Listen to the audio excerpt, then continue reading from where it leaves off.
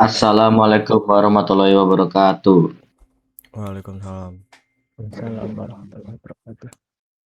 Kami dari kelompok 2 dari mata kuliah Desain Analisis Algoritma atau DAA akan mempresentasikan tentang forward and backward chaining. Selanjutnya, kelompok kami berisi: 1. Saya sendiri Rifandi Wartanto, 2. teman saya Mas Rana, 3. teman saya Anas, dan yang terakhir teman saya Adam. Next.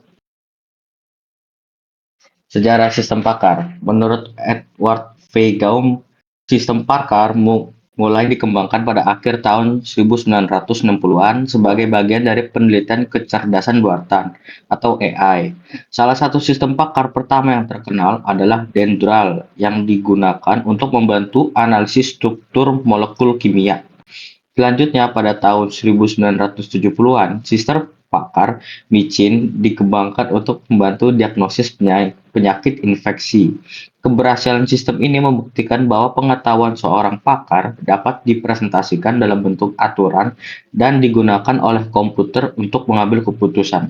Selanjutnya, sistem pakar sendiri merupakan sebuah metode di mana menggabungkan pengetahuan dan fakta-fakta serta teknik penelusuran untuk memecahkan suatu masalah yang secara normal membutuhkan keahlian dari seorang pakar secara filosofis.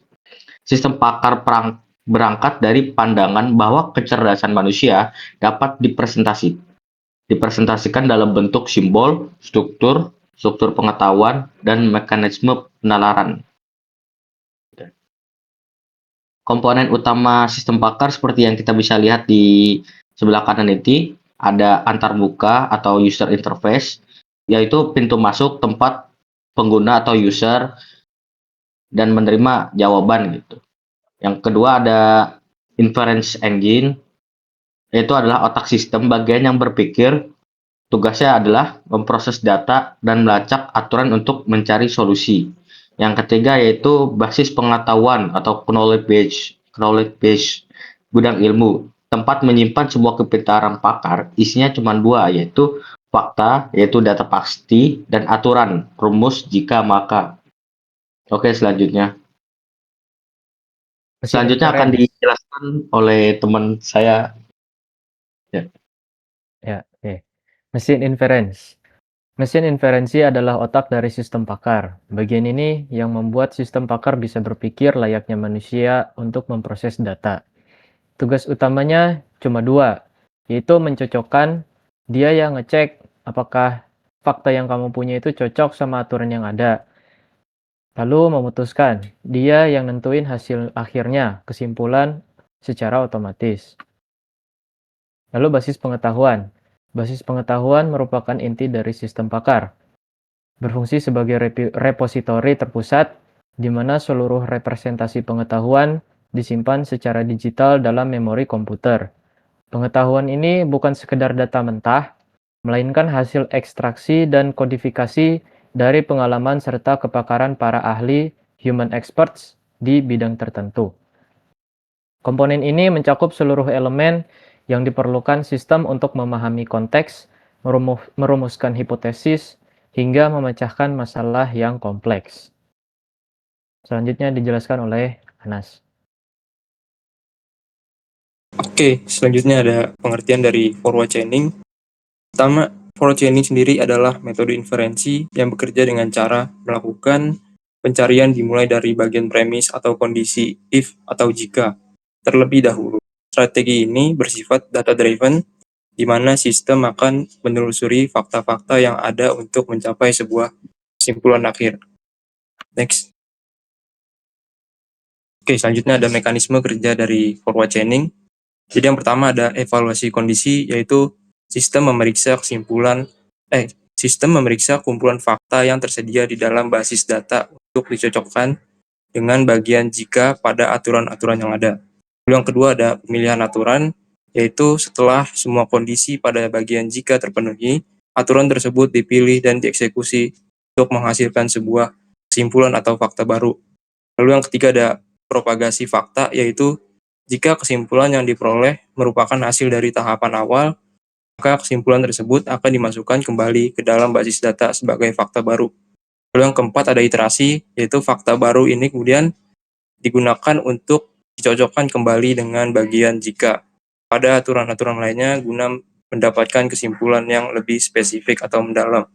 Lalu yang kelima ada terminasi, yaitu proses ini akan terus berlanjut secara iteratif hingga mencapai kesimpulan terbaik sampai tidak ada lagi aturan yang kondisinya dapat dipenuhi oleh data yang tersedia. Oke, next. Oke, sini kita bakal lihat dari contoh soal forward chaining. Kita bisa lihat dari rules-nya gitu. Yang pertama, jika terdeteksi asap dan suhu ruangan meningkat, maka terdeteksi kebakaran. Lalu yang kedua, jika terdeteksi kebakaran, maka alarm gedung akan aktif. Lalu yang ketiga, jika alarm gedung aktif, maka petugas keamanan akan menerima notifikasi. Lalu yang keempat, jika terdeteksi kebakaran, maka sistem sprinkler akan menyala. Lalu yang terakhir, jika sistem sprinkler menyala, maka api berhasil dipadamkan. Lalu kemudian setelah kita mendapatkan argumen dan juga premis-premis, kita bisa merubahnya menjadi variabel. Kita bebas menamakannya variabel. Sebagai contoh di sini, rules yang pertama, if A and B then C. Lalu yang kedua, if C then D. Lalu yang ketiga ada if D then E. Lalu if C then F. Yang terakhir, if F then G. Nah, di sini kita mendapatkan sebuah fakta awal, yaitu A dan B, yaitu terdeteksi asap dan suhu ruangan meningkat. Lalu yang dicari, apakah api berhasil dipadamkan? Oke, kita lihat dari graf yang sebelah kanan. Kita lihat dari bagian kirinya dulu, yaitu A dan B, di mana kita mendapatkan fakta awal, yaitu A dan B sendiri. Kemudian A dan B mendapatkan premis, yaitu C. Kemudian dari C sendiri mendapatkan premis, yaitu D. Kemudian dari D sendiri mendapatkan premis, yaitu E. Nah, di sini kosong, nggak ada lagi cabangnya, urutnya.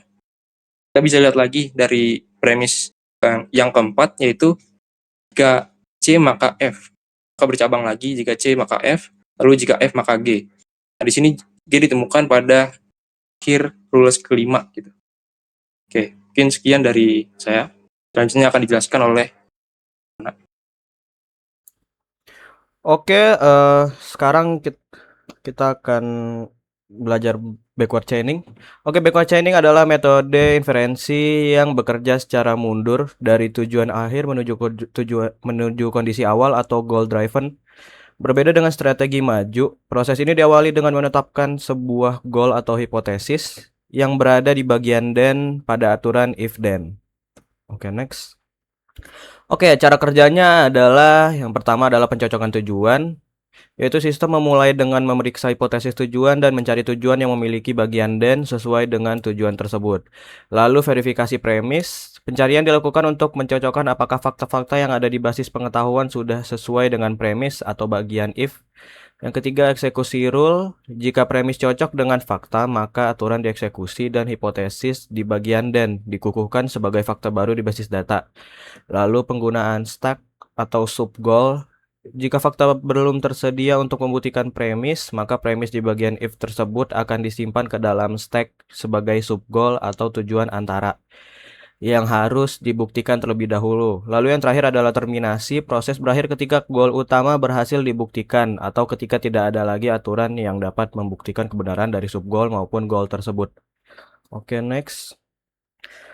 Oke, jadi contohnya ini yang backward chaining, rules-nya adalah yang pertama itu jika laptop sering hang dan muncul bunyi aneh dari dalam laptop, maka hard disk bermasalah. Lalu yang kedua, jika hard disk bermasalah, maka data beresiko hilang. 3, jika data beresiko hilang, maka disarankan segera melakukan backup. 4, jika performa laptop menurun dan bunyi aneh, maka laptop sering hang. Lalu jika laptop sering hang, maka performa laptop menurun. Oke, jadi rules yang udah diubah jadi variabel jadinya itu yang pertama if C and D then A. 2, if A then E. Yang ketiga, if A then F. Yang keempat, if B and D then C. Yang kelima, if C then B. Oke, lalu fakta awalnya adalah B dan D, yaitu adalah performa laptop menurun dan D muncul bunyi aneh. Goalnya adalah yang A, yaitu hard disk bermasalah. Oke, eh ini saja dari kita. Oke, oke, selanjutnya saya akan memperlihatkan bagaimana implementasinya dalam program Python. Pertama-tama, di sini adalah implementasi forward chaining dalam bahasa pemrograman Python, yang dimana studi kasus atau contoh soal yang kita gunakan adalah sistem rekomendasi kesehatan berbasis gejala pasien. Seperti yang bisa kita lihat di sini, ada beberapa aturan di dalam sampel aturan kesehatan, yang dimana di rule H1, jika demam dan batuk, maka influenza. Kemudian rule H2, jika demam dan ruam, maka campak. Jika influenza, maka rekomendasi istirahat. Jika influenza dan demam tinggi, maka rekomendasi periksa dokter.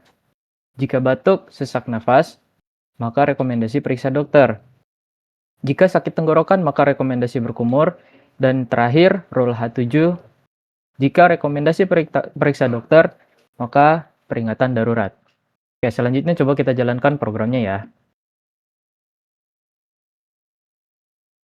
Nah, di sini kita coba masukkan fakta salah ini, kocak.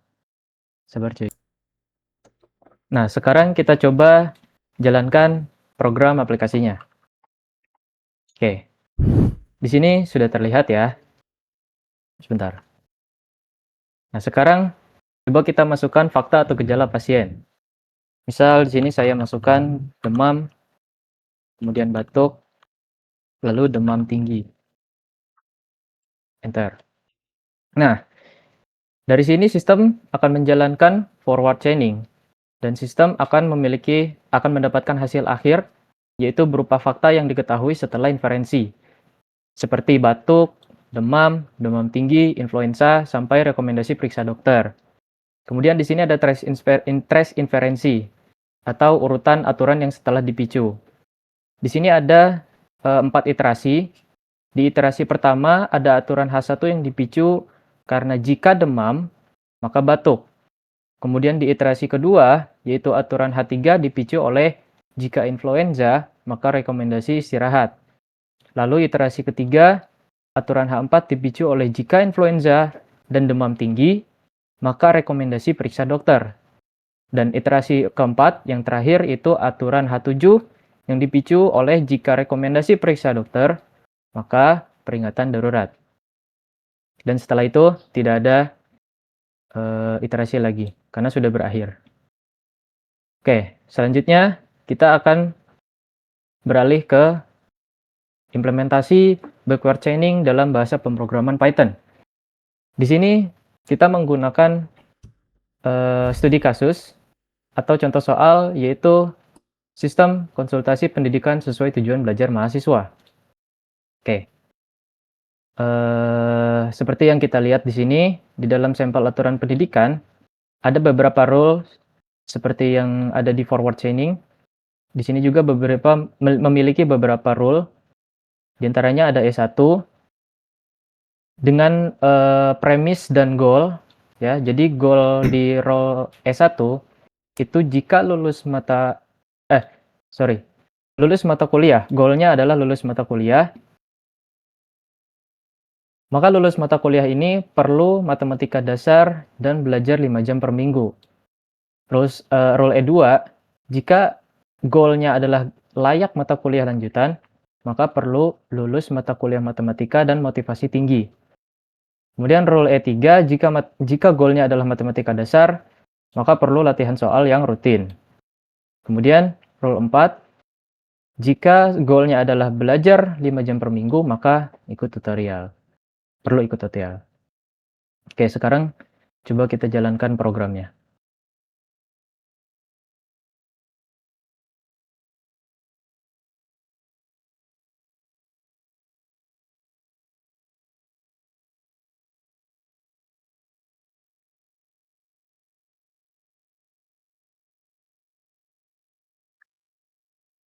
Nah, coba kita masukkan fakta mahasiswanya ya. Di sini coba saya masukkan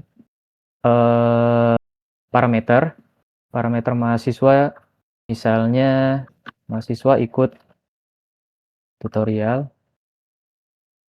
kemudian latihan soal rutin,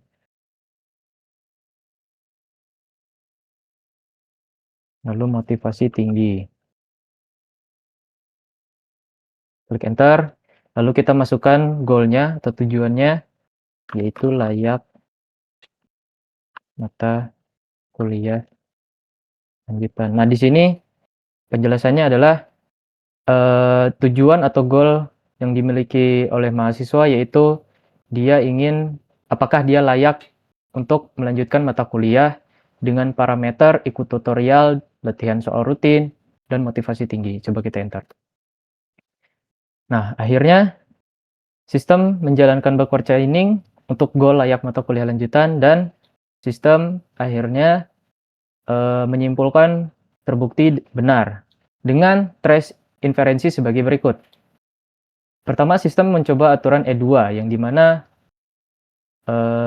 dengan parameter lulus mata kuliah matematika motivasi tinggi. Kemudian sistem mencoba aturan E1 dengan parameter matematika dasar dan belajar 5 jam per minggu.